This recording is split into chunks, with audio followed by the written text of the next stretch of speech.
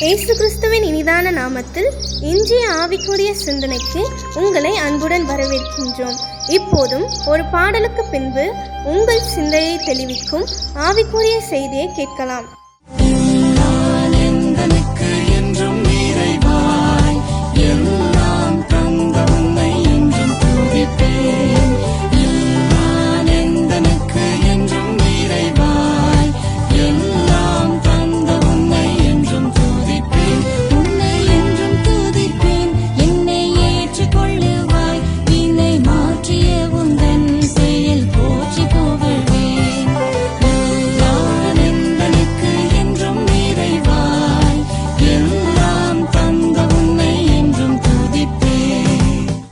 ஆண்டவர் இரட்சகருமாக இயேசுவின் இனிதான நாமத்தினால் உங்களை வாழ்த்துகிறேன். இதனால் நம்முடைய ஆவிக்குரிய சிந்தனைக்காக சங்கீதம் 139 15-16 வசனங்களை நான் வாசிக்கிறேன். நான் ஒளிப்பிடத்திலே உண்டாக்கப்பட்டு பூமியின் தாழ்விடங்களிலே விசித்திர வினோதமாய் உருவாக்கப்பட்ட போது என் எலும்புகள் உமக்கு மறைவாயிருக்கவில்லை. என் கருவை உம்முடைய கண்கள் கண்டது. என் அவயங்களில் ஒன்றாகிலும் இல்லாத போதே அவைகளை அனைத்தும் அவைகள் உருவேற்படும் நாட்களும் உமது புஸ்தகத்தில் எழுதியிருந்தது. சங்கீதக்காரன் சொன்ன ஒரு அனுபவத்தை இந்த இடத்தில் நாம் பார்க்கலாம். நான் ஒளிப்பிடத்திலே உண்டாக்கப்பட்டு பூமியின் தாழ்விடங்களிலே விசித்திர வினோதமாய் உருவாக்கப்பட்ட போது என் எலும்புகள் உமக்கு மறைவாரில்லை. வரிசையா சொல்லிட்டு இருக்கிற காலங்கள் எல்லாம் உடைய கருத்தில் இருக்கிறது என்று. அதோடு மட்டுமல்ல, தாவீதை தேவன் பயன்படுத்தின விதமும் வித்தியாசமானதுதான். யாரும் யோசித்து கூட பார்த்திருக்க மாட்டார்கள் ஒரு ஆடு மேய்க்கிறவன் அரசனாய் மாறுவான் என்று சொல்லி. ஏன் இத்தக்காலத்திலே எல்லா இஸ்ரவேல் ஜனங்களுக்கு சார்பாக சவுல் ராஜா அவனுடைய சேவகர்கள் ராணுவ வீரர்களா நிற்கும் பொழுது கூட கோலியாத்தை எதிர்த்து நிற்க முடியாமல் பின்வாங்குகிறார்கள். கோலியாத்தோ ஒரு நாள் அல்ல, 2 நாள் அல்ல, 40 நாட்கள் சவால் விடுகிறான். ஆனால் யாரும் எதிர்த்து நிற்க திராணியுள்ளவர்களாய் அங்கு இல்லை. ஆனால் வனாந்தரத்திலிருந்து ஆடு மேய்க்கிற ஒரு சிறுவன் அங்கு வருகிறான். அவன் வந்து நிற்குவது கோலியாத்து கூட எதிர்பார்த்திருக்க மாட்டான். அவனை அற்பமா எண்ணுகிறான். அற்பமா எண்ண அந்த தாவீது அந்த கோலியாத்தை அங்கு மேற்கொள்கிறான். ஜெயித்த உடனே ஜனங்கள் எல்லாம் பாடுகிறார்கள். தாவீது கொண்டது 10,000 சொல்லிட்டு சவுல் கொண்டது 1000 என்று சொல்லி பாடுகிற அந்த பாடினது கூட வேதத்தில் சொல்லப்பட்டு பாருங்கள். ஒரே ஒரு அந்த சம்பவம் தாவீதை தேசங்கள் அதையும் தாண்டி பெரியவனாய் மாற்றிவிட்டது.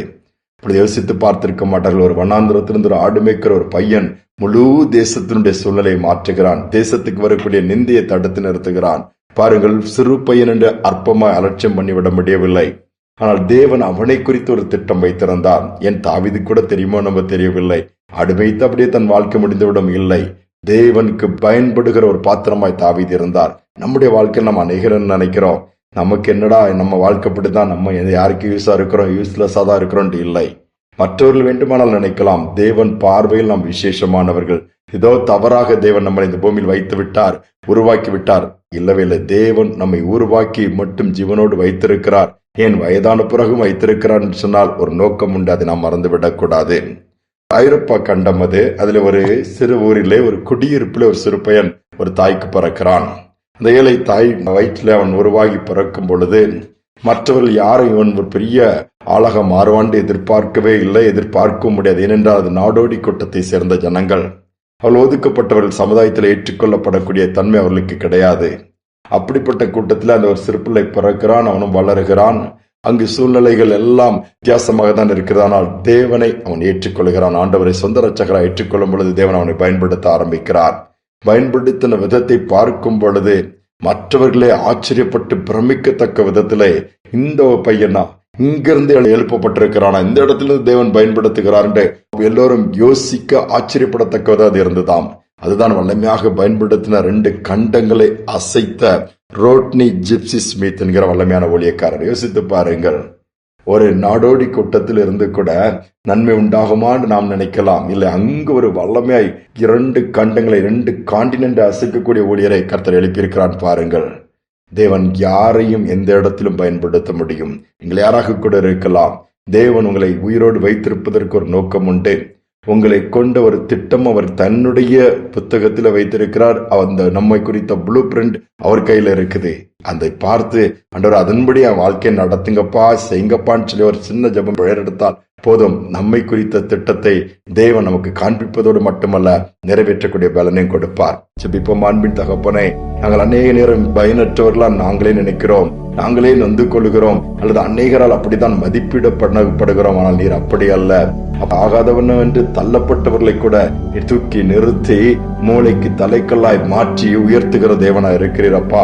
வேதம் அதுதான் சொல்கிறது, வீடு கட்டுகள் ஆகாதென்று தள்ளின கல்லை மூளைக்கு தலைக்கல்லாய் சொன்னது போல புறக்கணிக்கப்பட்ட தள்ளப்பட்டவர்களிடத்தில் இந்த நன்மை உண்டாகுது என்று சொல்லி, இனி அவ்வளவுதான் எல்லாம் முடிந்து போனது என்று சொல்லி நினைக்கிற பிள்ளைகளிடத்திலிருந்து கூட நன்மைகள் உண்டாகும்படியாய் தூக்கி நிறுத்தி வல்லமையாய் பயன்படுத்துகிற தேவனானி இருப்பதற்காய் ஸ்தோத்திரம். இதனால சோர்ந்து போய் எந்த நன்மையுமே இல்லையே, என்ன எந்த யூஸுமே இல்லையே, யூஸ்லெஸ்ஸா போயிட்டோமே, என்னிடத்துல என்ன இருக்குன்னு சொல்லி நொந்து கொள்கிற பிள்ளைகளே, இல்ல பெரிய திட்டத்தை நான் வைத்திருக்கிறேன் சொல்லி திட்டத்துக்கு நேராக நடத்தி எதற்காக இந்த பூமியில வைத்திருக்கிறீரோ, எதற்காக தெரிந்து கொண்டிர பிரித்தெடுக்கிறது நிறைவேறுமடை கிருபை கொடுப்பீராக. அதனால் முழுவதும் பிரசன்னம் இருக்கட்டும், நடத்துல இருக்கட்டும். தாழ்த்தி ஒப்புக் கொடுக்கிறேன். துதிகனமை ஏற்றுக்கொள்ளும் இயேசுவின் நாமத்தில் பிதாவே, ஆமேன் ஆமேன்.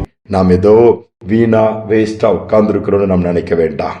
இனி என்ன இருக்குன்னு நீங்கள் சொல்லிக் கொண்டிருக்காதீர்கள். இன்னும் வைத்திருக்கிறான்னு சொன்னால் இன்னும் உங்களை குறித்த ஒரு திட்டத்தை தேவன் வைத்திருக்கிறார். வைத்திருப்பதின் நோக்கம் ஒன்று உண்டு. அது நிறைவேற விட்டுக் கொடுங்கள், ஜெபியுங்கள். நிச்சயமாகவே கர்த்தர் பயனுள்ள பாத்திரமாய் தொடர்ந்து எடுத்து பயன்படுத்தி தமது நாமத்தை மகிமைப்படுத்துவார். இந்த சிந்தனையோடு நாளை தொடருவோம். மீண்டும் நாளை தினம் சந்திப்போம். ஆகாதவன் என்று உன்னை யார் தள்ளினாலும் ஆபிரகாமின் தேவன் உன்னை தள்ளிடுவாரோ? ஆகாதவன் என்று உன்னை யார் தள்ளினாலும் ஆபிரகாமின் தேவன் உன்னை தள்ளிடுவாரோ?